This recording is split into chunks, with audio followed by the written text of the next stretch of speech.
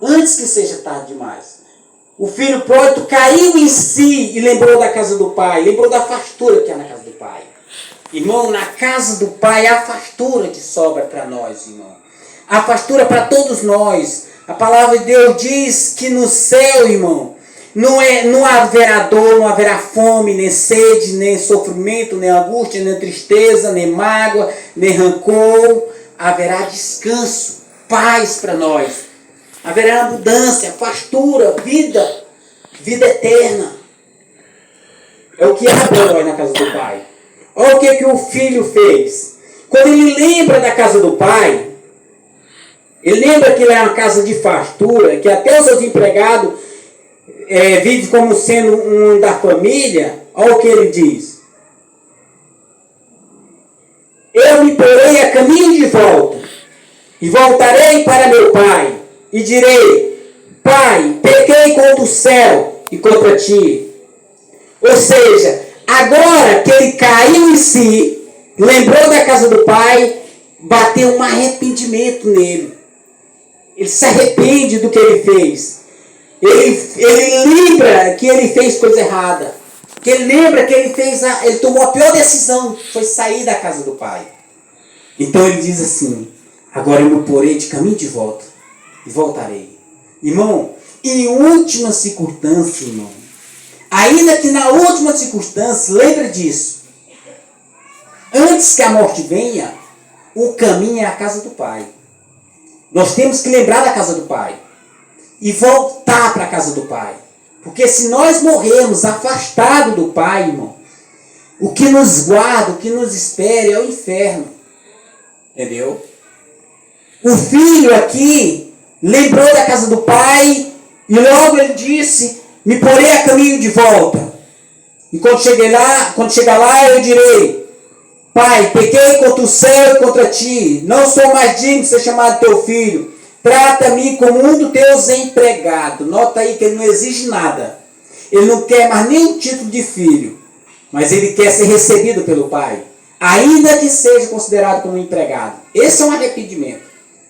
Tem gente que diz que se arrepende, mas ainda volta exigindo de Deus o que não deve, o que não tem direito. Entendeu? As pessoas oram para Deus exigindo: Senhor, me dá o que eu mereço.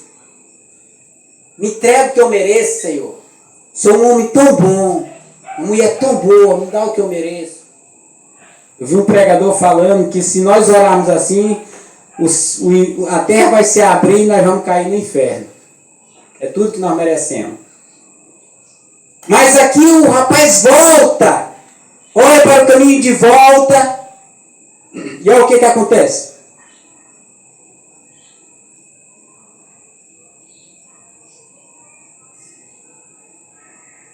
Pequei contra os céus e contra ti. Não sou mais digno de ser chamado teu filho. Trata-me como um dos teus empregados.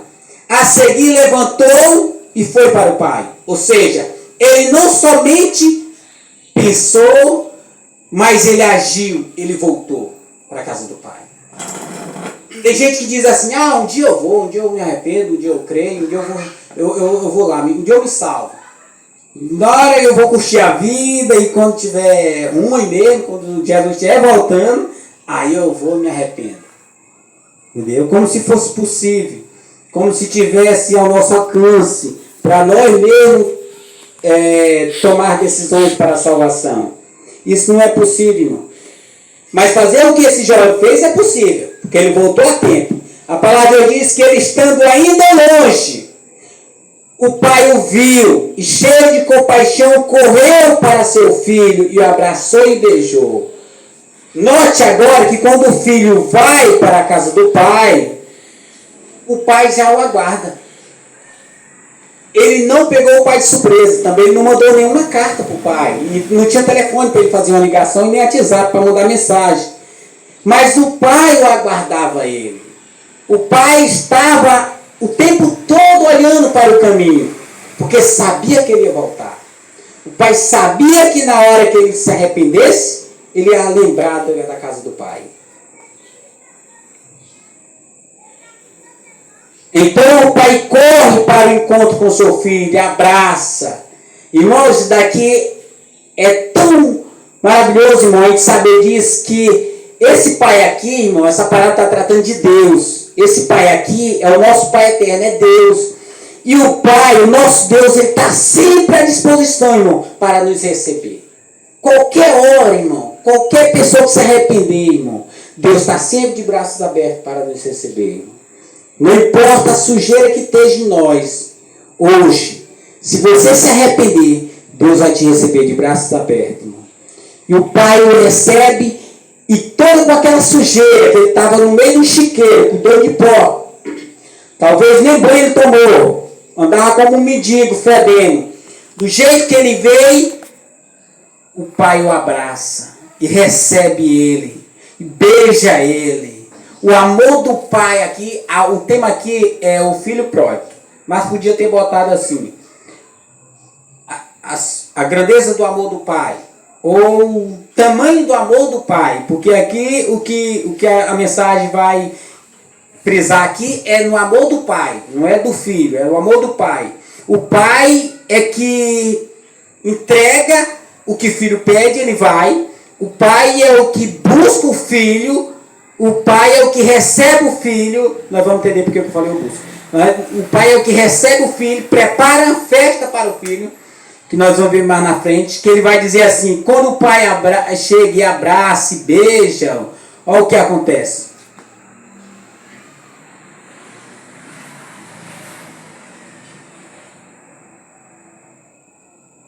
O filho diz, pai, pequei contra o céu e contra ti, não sou mais digno de ser chamado teu filho. O pai já diz logo assim, mas o pai diz, depressa, disse ao seu servo, depressa, ou seja, aqui o texto vai dizer que o filho está falando para o pai, que não é mais digno de ser chamado seu filho, e o pai não fala com o filho em seguida, ou dizer assim, meu filho, não tem problema, o importante é que você voltou. Ele não fala isso. Em seguida, ele já fala em cima da fala do filho, e ele vai dizer assim, e o pai disse ao servo, depressa, ou seja, rápido, depressa, vá, traga a melhor roupa e vista-o, coloque um anel em seu dedo e sandálias em seus pés. Ou seja, o pai tem pressa, irmão, para que nós voltemos. O pai tem pressa para nos receber de volta. O pai anseia que nós voltamos, irmão, que nós caímos em si. Entendeu? O pai está chamando, todo dia chama. Talvez você esteja esperando a voz vindo direto do céu, dizendo assim, meu filho, volte para casa. Isso não vai acontecer, irmão. Deus chama por meio da pregação do evangelho. Deus está chamando por meio da mensagem que vocês ouvem todas as quintas-feiras aqui. Deus está chamando. É você que tem que ouvir a voz de Deus, compreender e voltar para a casa do pai. Então o filho volta para a casa do pai. O pai o recebe com alegria, beija-o. E também dá uma ordem para o seu empregado agir depressa, trazer a melhor roupa. O que é a roupa, irmão? A roupa é santidade, pureza.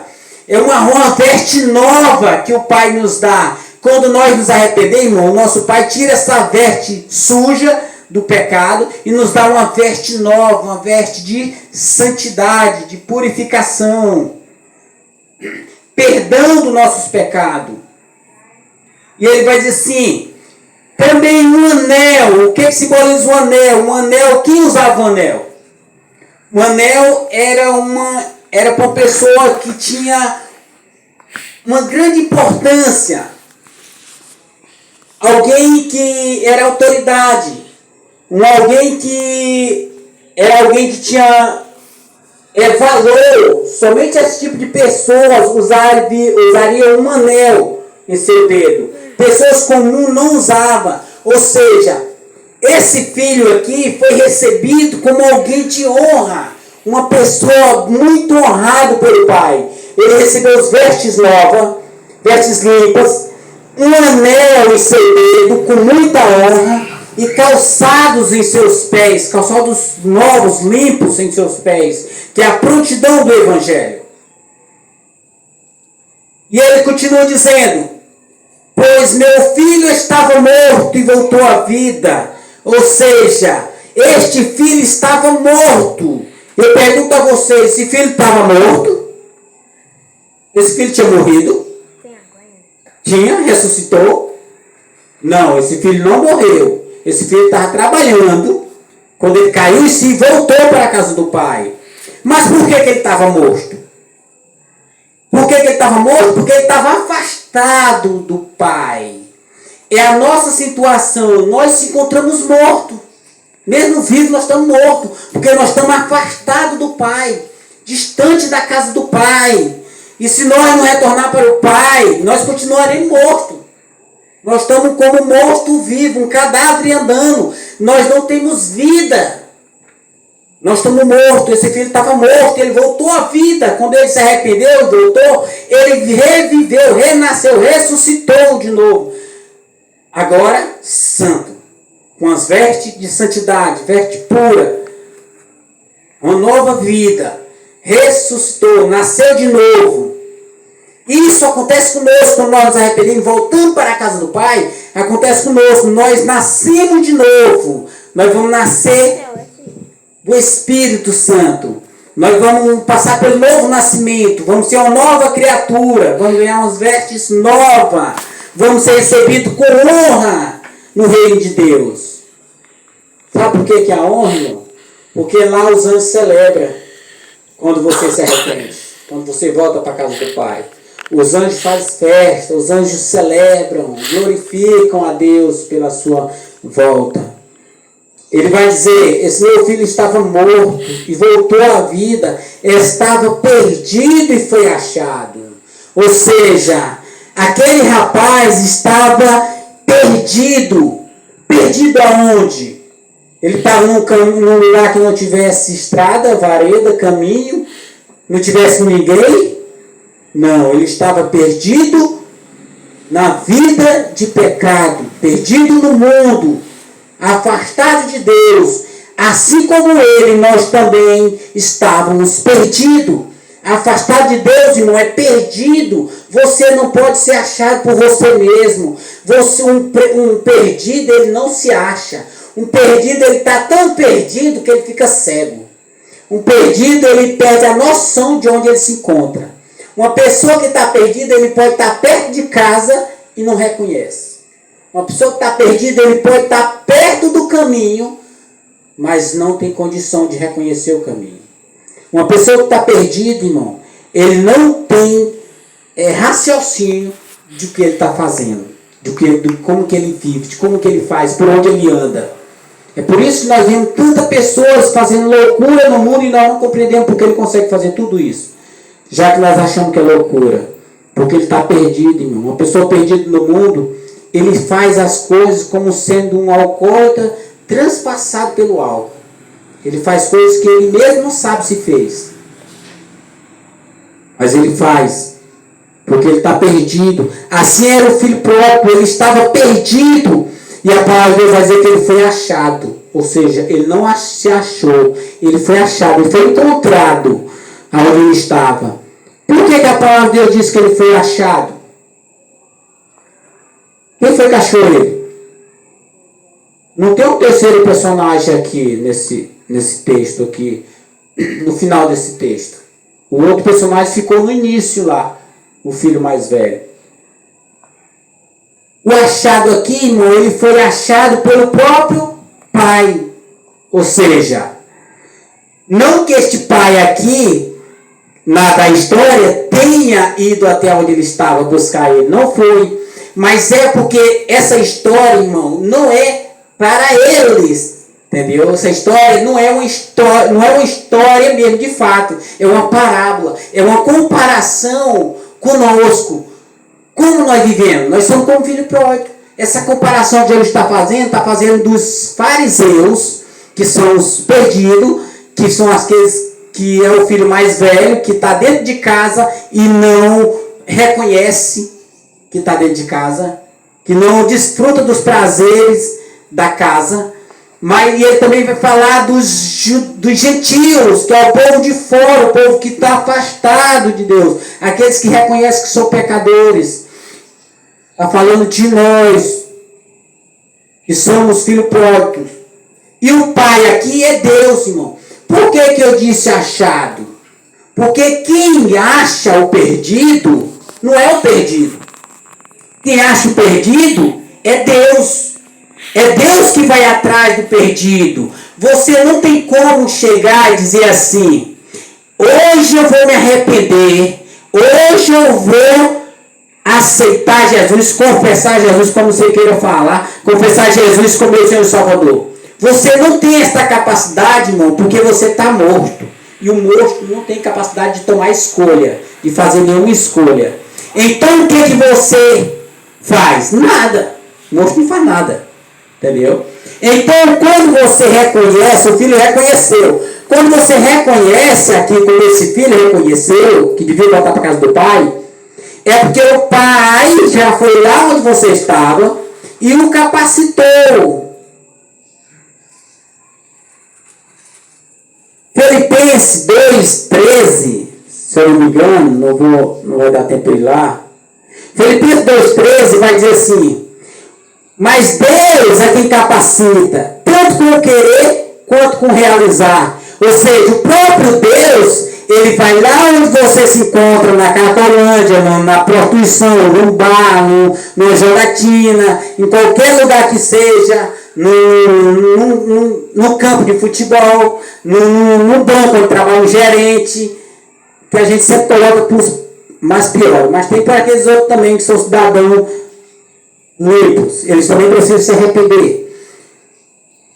O Pai vai até eles com seu Espírito e o capacita, gerando em você um desejo e também uma capacidade de retornar para a casa de Deus.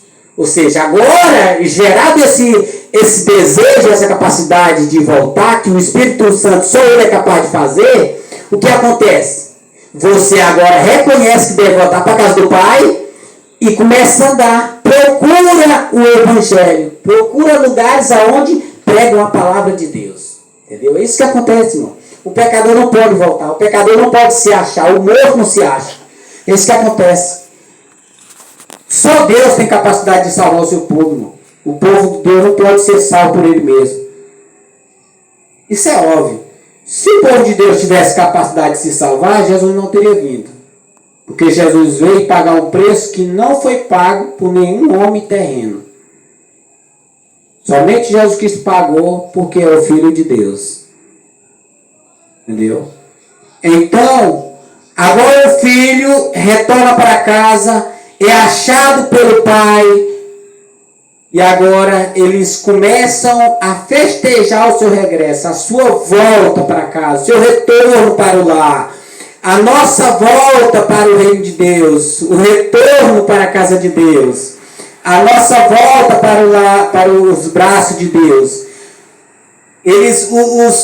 Os servos do dono da casa aqui fazem festa. A palavra diz que os anjos de Deus celebram quando um pecador se arrepende. Olha o que ele diz aqui na parábola anterior àquela. E haverá mais alegria no céu quando um pecador se arrepende. Haverá mais alegria no céu. Haverá alegria no céu por um pecador que se arrepende. Entendeu? A outra parábola também vai dizer também. E há alegria na presença dos anjos de Deus por um pecador que se arrepende. Há duas parábolas antes vão tratar dessa alegria no céu, irmão. Porque é um festejo, irmão. É uma alegria. Imagine aí, Deus tem um povo que se perdeu no meio do caminho e agora o Pai salva tudinho. É uma alegria para a casa de Deus, irmão. É uma alegria na presença de Deus, porque o Pai é glorificado pelas nossas vidas. O tempo todo que nós estamos aqui, irmão, longe de Cristo, O diabo tenta nos destruir de todo jeito. Mas ele não pode destruir o povo de Deus. Então, quando o povo de Deus retorna para a casa do Pai, os anjos celebram a vitória de Deus. E dão glórias a Deus. Porque o Pai salvou o seu povo. E a vitória já é garantida.